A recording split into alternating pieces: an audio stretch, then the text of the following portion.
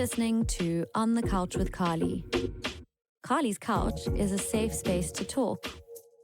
I'm a psychologist, but I'm not your pipe-smoking, tweed-wearing stereotype. Hello, and welcome back to On the Couch with Carly.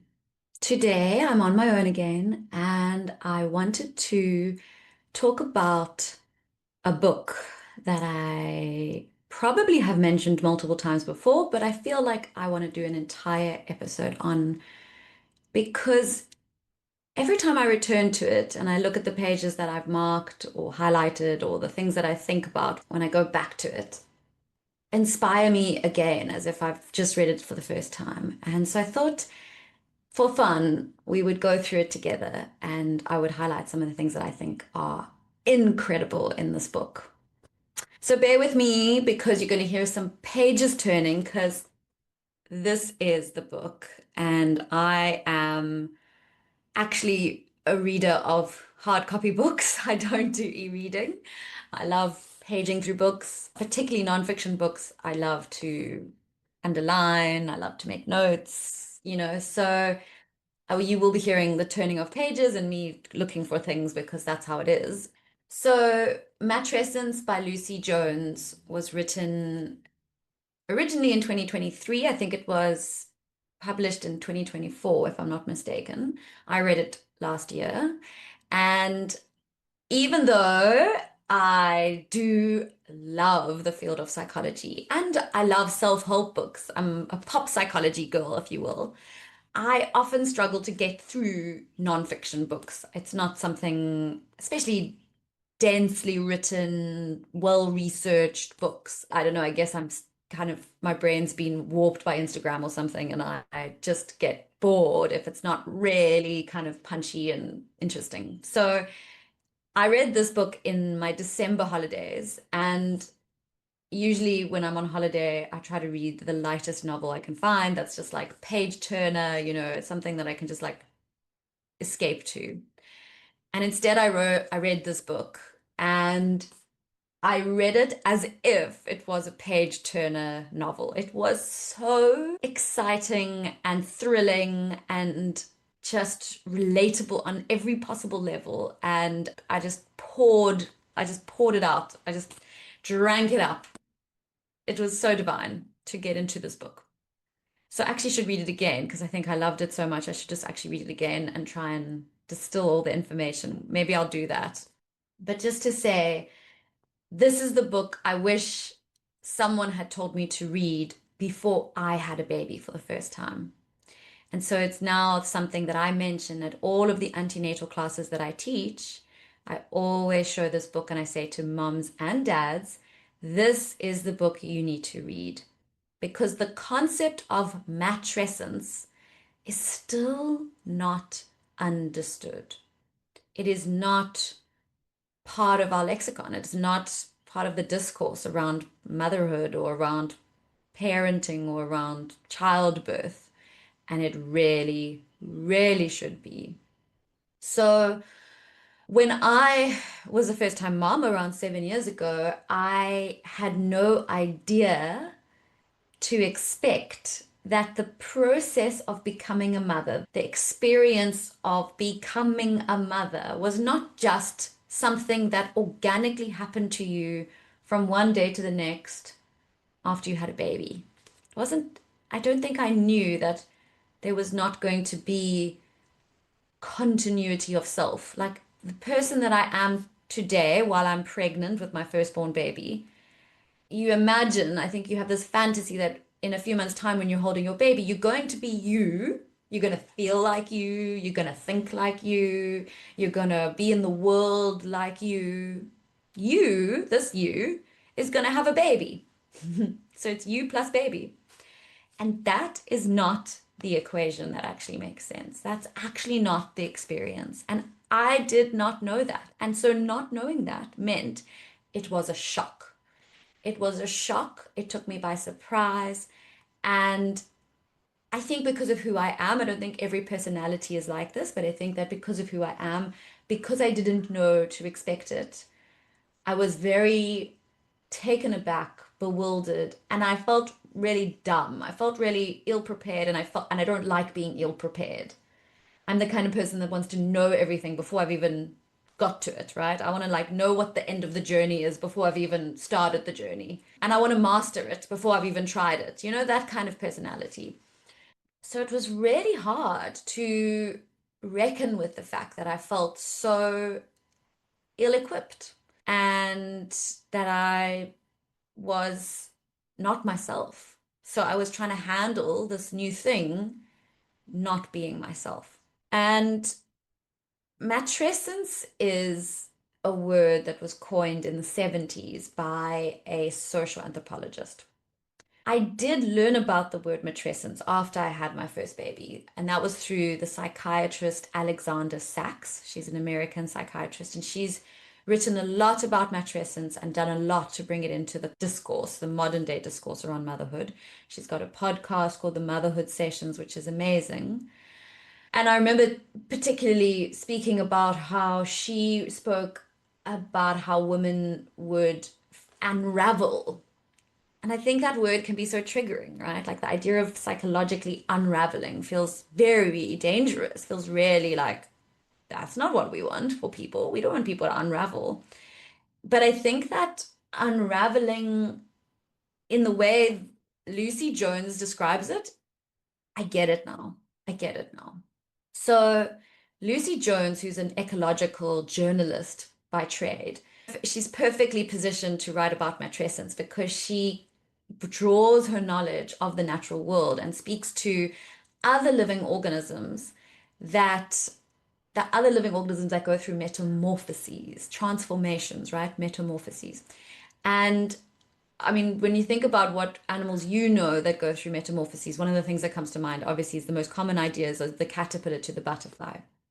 And she speaks about how at some point when the caterpillar's gone into the cocoon, at some point if you had to open the cocoon, you would see neither caterpillar nor butterfly, that there's a in-between time where there is a transformation happening, there's a becoming, and what you actually find is a goo-like structure, something that's not really solid, doesn't have solid boundaries.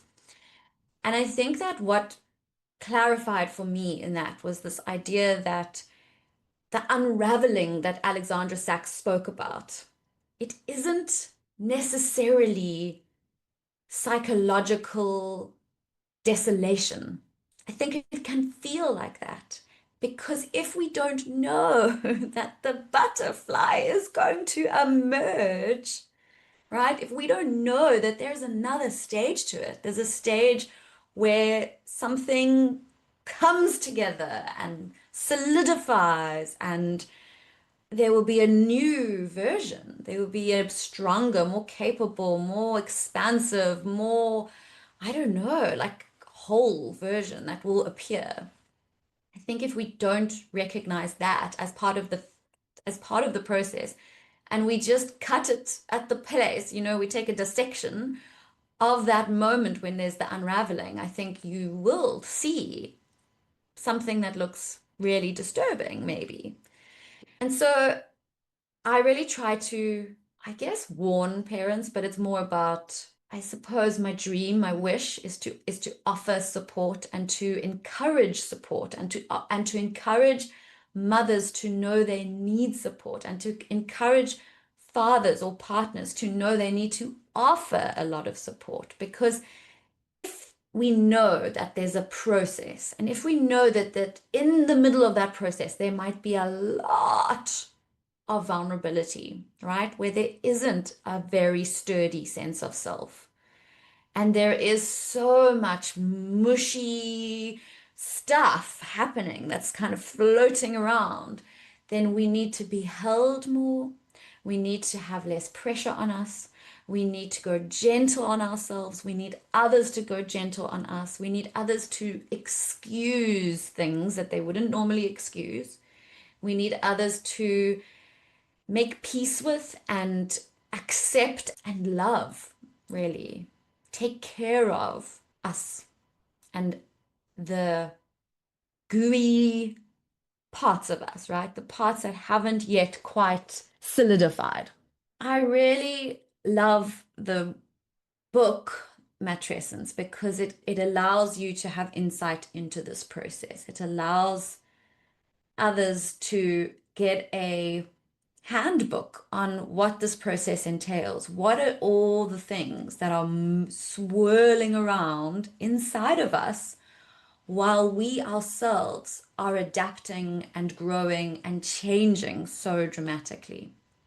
And the word matrescence comes from, well, it comes from the same place as the word adolescence. And I think that's a really important thing to think about, is that we do have an existing phase of life in our societies, in our world, that is understood as a metamorphosis, as a time of transformation, and that is adolescence. We know that adolescence is a process and it is a period of time marked by a number of years, and the years have actually extended. So we used to say teenagers are from 13 to 19.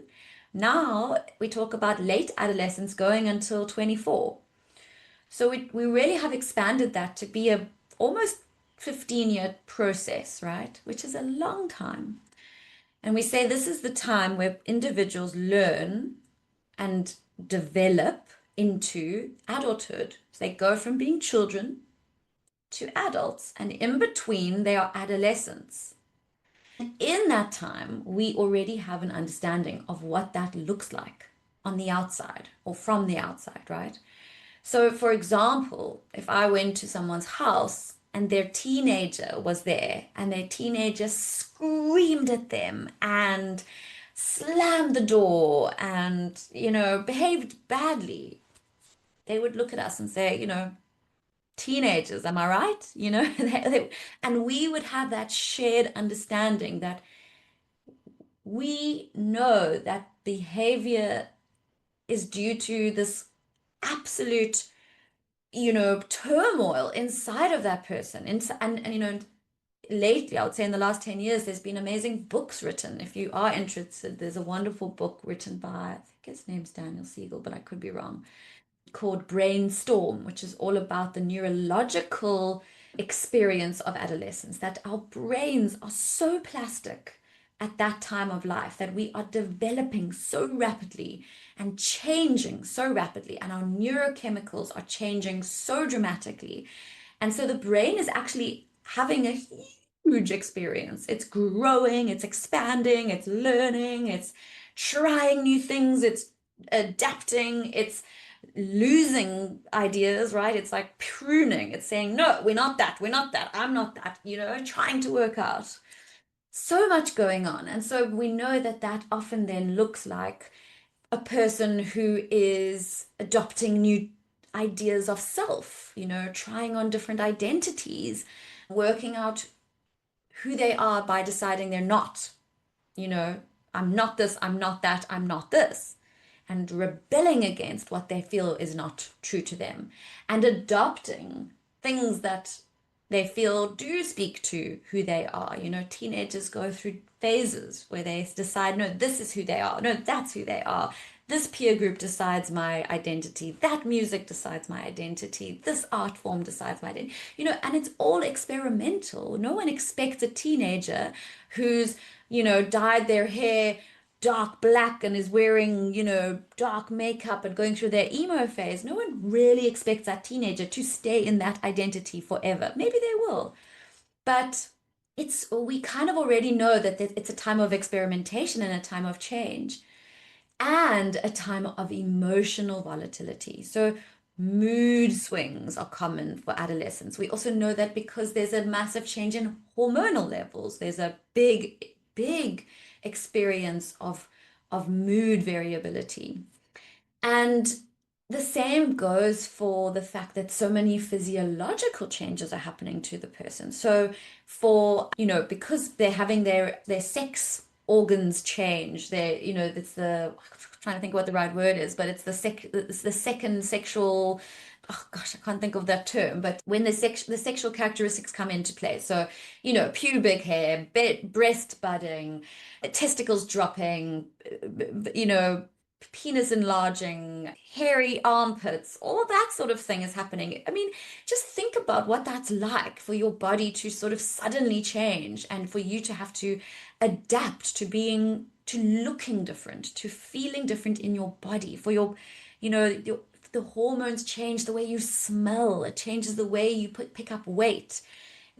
Boys suddenly get really tall. So many things are happening physiologically to you that are out of your control. And guess what? When is the next time that happens in a life cycle? It happens when you become a mother. But it only happens to women. And it only happens to women who become mothers.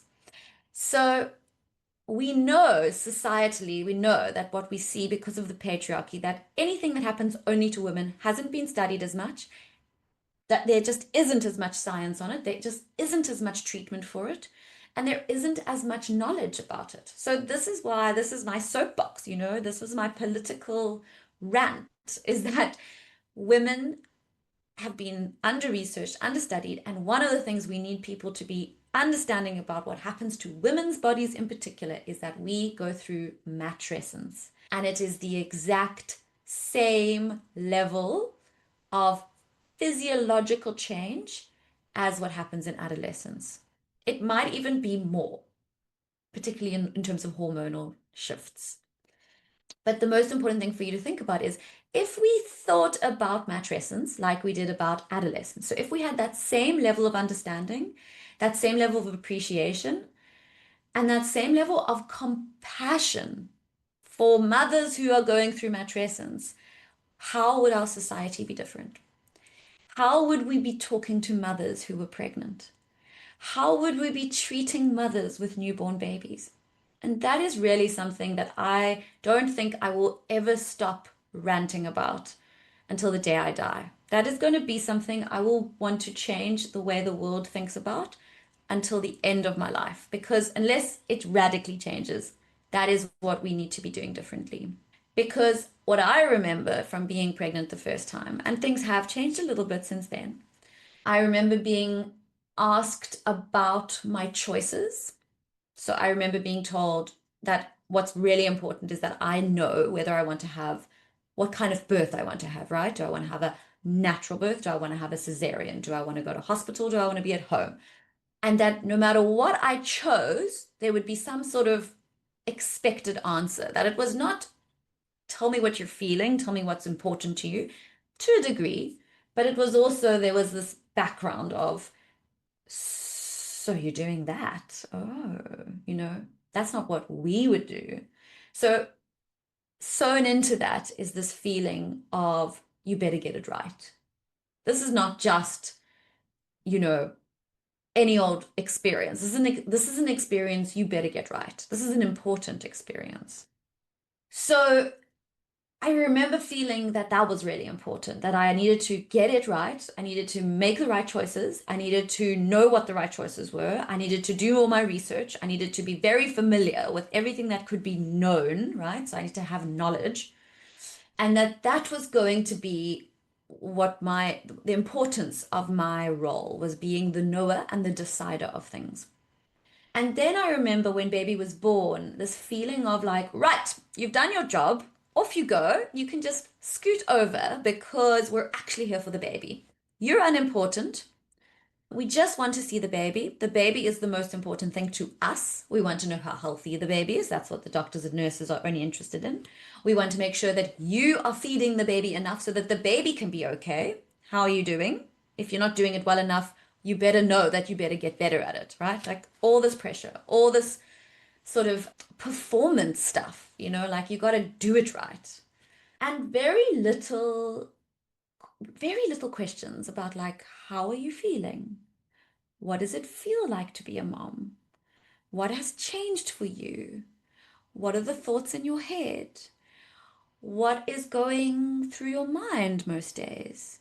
What do you need support with? What do you need help with? I mean, the fact that it didn't even occur to me to know that at least for the first 6 weeks after having a baby, no matter whether it's a vaginal delivery or cesarean delivery, you are recovering physically There is a wound inside of you where the placenta was attached, inside of your uterus, that is this big, that is a wound, that is healing. You bleed for a long time after you have a baby. And just that, if that was the only thing that every single person took care of when they, or like just had in their mind when they went to go visit a new mom, I think that would be amazing, right? How are you recovering? What do you need for your recovery? What aids recovery post-birth? What foods should we be bringing that is good for you? What does your body need right now? What is your body feeling like right now? Have you rested enough today? Right? Who asks that of new moms? I know it's changing, but that's not that's not common. That's not what people are doing when they go visit a mom in a hospital when she has a newborn in her arms. What they will say is they'll say, "You look so amazing. You look so great." And of course, we live in a world where like there is a cultural currency to appearance, and particularly as women, that looking good is really important. So I know that even me being told I look good is a nice thing to hear. I'm not suggesting we shouldn't be saying you look good, but just focusing on how a mother is looking and commenting on how she looks great isn't paying attention to the fact that what she might be feeling like inside doesn't match how she looks on the outside. And that it isn't important that she looks like herself because she might not be feeling like herself. And sometimes she doesn't look like herself. And what's important is to know how she feels about not looking like herself, right? So it's very, yeah, we've got a long way to go, but I really hope that we try to change this deficit, really, this discrepancy between what is happening for mothers in their minds, in their bodies, in their brains, and how we are attending to mothers post-birth and how we are seeing mothers and their transformation. That, by the way, isn't even really beginning 6 weeks after birth, right? We're talking about years. It takes years to adjust postpartum. Years. So when your wife or your partner is having a meltdown about something that you can't understand 9 months postpartum, and you're like, but it's 9 months, like, what's happening here? Try to remember that matrescence is like adolescence. It is a process, it takes years, and it is not something we just snap out of. It is not something that we just figure out. It is a long process. It's an unfolding. It is in some ways like a roller coaster because there's ups and there's downs. There's times when we feel like, oh, okay, I think I've got this. I think I've got this. And then there's times when it doesn't feel like that. What's really, really hard about it is, have you ever asked an adolescent to describe to you the process of being a teenager? They're not going to be able to say, well, mum, I'm just feeling a mix of a bunch of things. There's so many emotions going through me. I've got these big hormonal changes going on, and my brain is so different to what I remember, and my body doesn't feel like my own, and everything is so hard. I wish I knew how to be in this world. I wish I knew who I was. No adolescent is going to tell you that. And actually, it's really hard to speak to these processes. I can now speak to them because I'm past that time where I was like, what the fuck is happening to me?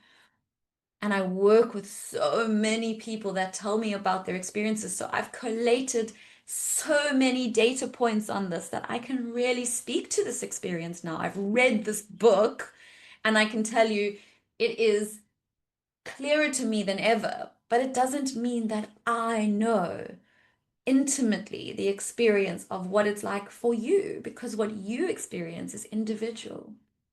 It's going to be understood through the prism of your own identity pieces, right? The parts that you've already established, the pieces that you bring already to the beginning of that story, of that process, right? Because each caterpillar is already different.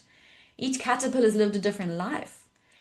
And we're not caterpillars. We're human beings. We're way more complex. We're way more, multifaceted and diverse. And so it's so hard because I can't just expect the person in my life who's going through matrescence to know how to talk about what she's feeling. And so I've got to try to interpret it, and I've got to try and withstand and tolerate the what may feel like unacceptable behavior from her because she's having such a hard time. The other thing I want to speak about in terms of matrescence is the fact that this book was the first book that I read about that really showed me how motherhood is such a political experience. And I'm not going to go into that too much today because I'm doing a couple of podcasts with amazing guests that are speaking to that very topic. But what happens to us when we become mothers is we actually become powerful, more powerful than we've ever been. Motherhood is a baptism by fire, right? But what emerges from the fire is something absolutely powerful. Some, I don't know, kind of almost otherworldly strength is required to be a mother. And I mean, I will tell you, I am the first to complain about motherhood. Like, I will be moaning all the way through this process about how I don't want to do this and this is so hard. But I'm still doing it. And I think that's really motherhood in a nutshell. It's like we do the hard thing, we just go on doing it. And something inside of us is capable of doing something that probably most men wouldn't be able to do, even if they had the organs to do it. And I think that that is partly because of societal conditioning. I think that there is, on the negative side, of maybe like we can blame the patriarchy for sort of putting us in this role and saying, well, you're kind of imprisoned here. You don't really have an option. And there's a lot of problematic stuff around that that I've thought about. But part of it is, I think, an innate ability. And, we create life inside of our bodies. We feed life with our bodies. We are a universe, an entire universe. We are an entire ecosystem. There's something unbelievable about that. And I think that where our society has got it wrong is that we have left mothers to do that alone. And I think really what we should be shouting from the rooftops is not to disenfranchise or to not to disempower or minimize the role of what mothers do in society, to support it, to know that because we are doing it, we deserve so much more support. We need so much more help. Yeah, we are actually so important. We're so important. And I think that the patriarchy has always been really afraid of that. And that a lot of what we find in our experience in motherhood is this lonely, isolated experience of we're not supported, we're left alone, we're misunderstood, we're sort of minimized and made invisible.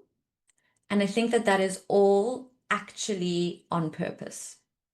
And so my biggest thing is to try to make the invisible visible, to try and show the massive contribution of motherhood, of mothers, and the pressures on mothers. You know, I think psychology has had a huge role to play on the pressure on mothers, modern mothers in particular. And, my favorite theory in psychology is attachment theory, developed by John Bowlby. And in Matrescence, she writes about how we have totally fucked up our interpretation of Bowlby's attachment theory. Because what we have taken from Bowlby's attachment theory, which basically says that the first 3 years of life are absolutely critical to brain development for our children, that our babies need close, secure relationships with their primary caregiver, the mother, usually, but not always, and that this is the most vulnerable period that where babies need to be attuned to, need to be attended to. And what we did with that was we said, right, moms, you better fucking get it right. And if you don't get it right, you're gonna fuck it up. There's like an on-off switch, and you either get this attachment thing right or wrong. And there's a time, it's time limited, there's a ticking time bomb going off, and by the time you've reached this age, if you haven't got it right, tickets, your baby's screwed. And so what modern mothers walk around with is this eternal panic that they're going to fuck up their child at any moment because they aren't available to their child to meet their child's needs. And it's really just added more pressure on modern mothers. It's really just added more anxiety to our load, which says, get it right, get it right, get it right, get it right. When in actual fact, in the original work of John Bowlby, he speaks about the fact that we need support, that in order for a mother to do that, she needs an entire tribe of people around her supporting her. That is our actual design. That is how human beings did it for millennia. That is actually the key to our success, right? Yuval Harari wrote that book, Sapiens. I don't know if anyone's ever read that book, but it's an incredible book to read. And he speaks about the success of Homo sapiens and how we've done so well to become the modern man that we are today. And one of the keys to our success was the fact that we lived in these tribes and we raised our young together. And because of that, because of these tribal systems where we were raising our young together, we could therefore afford for our babies to be born more immature than most other mammals. And so because we had so many caregivers taking care of babies, we were really supporting that very, very critical time of infancy. And so we got it right for like millennia. And then the industrial revolution and modernity happened. And the next thing, we all went off into living on these little tiny nuclear family setups where we raise our young by ourselves in a capitalist society where we're expected to produce, we were all going out and earning money in the workforce and leaving our young to defend for themselves without a tribe around them. So we're getting it wrong. We're getting it super wrong. And what we need is not more pressure on mothers to be alone with their babies at home all day. What we need is for society to realize that they're getting it wrong and we need to change and we need to go back to tribal setups or at least find systems to support new mothers so that mothers feel that stopping work and taking care of their young is not punishment. It is neither going to be like a financial complete like ruining them financially, or that they're going to be left alone with a baby, which is often a really unpleasant task. Okay. So that's where I see motherhood becoming really, it really makes you political. And there's so much to think about in terms of reform and policy advocacy and just really just noticing how screwed up our culture is. And that's not to even go into the fact that like this is still from my side, like a white privileged person. And when we look at how like race kind of intersects with that and how Black mothers in particular sort of even further oppressed and the systems that they belong to, where they're often leaving their babies to look after white babies or whatever it may be in different setups, that there's just so much wrong with the way we're doing things and how we treat mothers and how there's like a violence against mothers and therefore infants because of how the society is set up. But we know that there are massive amounts of gender-based violence in this world, in this country, but in this world. And I think that we haven't usually included this kind of notion within that, but that is part of it, I think. I haven't said any quotes from this book yet. I wonder if I should say a little quote. I just highlighted something that I thought was a good one to mention to my antenatal class. So she talks about how hard it is to speak about matrescence. I sometimes felt shipwrecked by the tumultuous changes I was undergoing. The health visitor arrived to see how we were. That's nice. In the UK, they get health visitors. We don't even have that in South Africa. Mothers, even, rich private healthcare mothers don't often get health visitors. I know that Discovery Health does offer 2 home visits postpartum. So if you're on Discovery Health and you get your maternity benefits, you get two visits in your home. So think about that, moms, if you're listening to this. Otherwise, you have to go to the hospital or you just go to the clinic. It's not easy. The health visitor arrived to see how we were. Any questions, she asked, but I couldn't express what was on my mind. Was it normal to feel turned inside out? Was this new hybrid self what my life would be now? Is everyone frightened every day that their baby will die? How can I soothe my inner baby while soothing my actual baby? Would my nervous system feel on edge forever? What is the word for the realization that your society has left you ill-equipped for a major part of the journey of your life?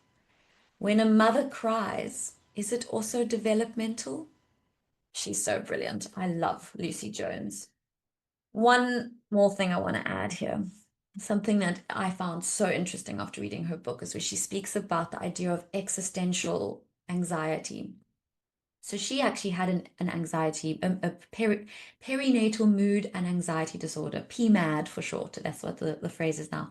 They're saying that something like 30% of mothers are having PMAD diagnoses or meet the criteria for PMAD diagnoses, which means we have an epidemic of maternal distress worldwide. She spoke about existential anxiety, and I never realized it before. And I think this is why having a tribe around you is so important, and being alone with a baby is so abnormal and bad for our mental health. Have you heard parents say, maybe on the first birthday, they say this thing, well, I kept them alive for a year, and they say it kind of flippantly. I've also heard people tell me when I've asked them how they're feeling and, postpartum, they'll say things like, well, she's still alive, isn't she? There's something very dismissive and minimizing about that phrase, like as if keeping a baby alive is just like bare minimum, right? Psst, just all I had to do, keep her alive. But I don't think we actually understand and appreciate before we have a baby how having a baby, being responsible for holding a newborn and keeping a newborn alive actually is not a small thing. It's not a minor task. It is the most wild, extremely anxiety provoking experience because it is keeping another human being alive.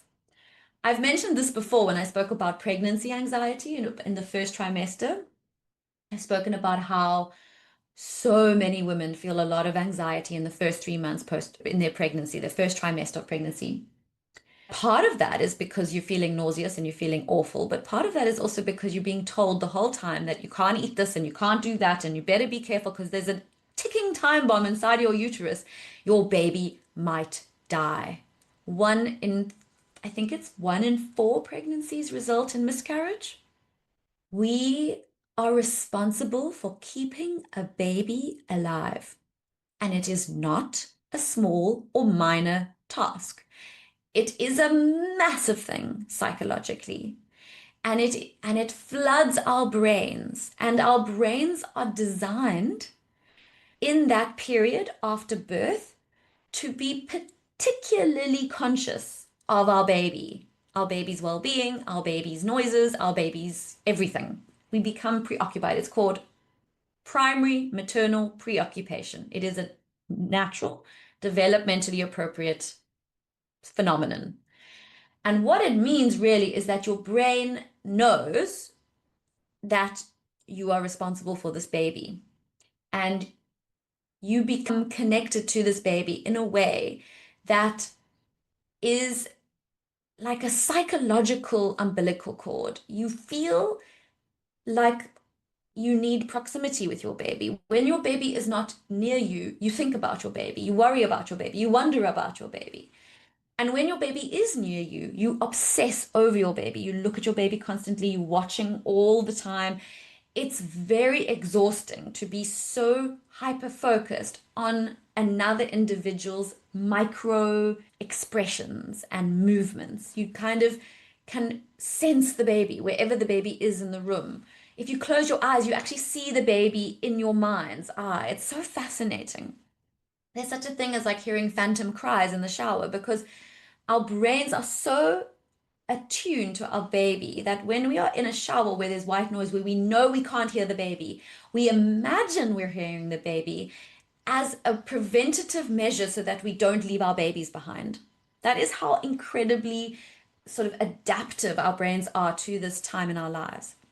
But it's also a time of extreme vulnerability because if I don't have the right support in that time, if I don't have people around me doing pretty much everything else other than me looking after my baby, right? If I don't have people cleaning for me, cooking for me, taking care of the home, taking care of the other child or children, if I don't have people feeding me, giving me water, telling me to rest, helping me with vitamins and minerals and massage and caring for me, then I can get very strung out by that constant anxiety that I feel, that preoccupation for my baby. Because if I'm left alone and I don't feel like I have the resources to manage the massive task of taking care of my baby, because maybe I'm distracted, I'm going to do this, I've got to do that. We see this often with moms who go back to work. Suddenly I'm expected to be a working woman out in the world, and all of my energy, my efforts are going into the work stuff.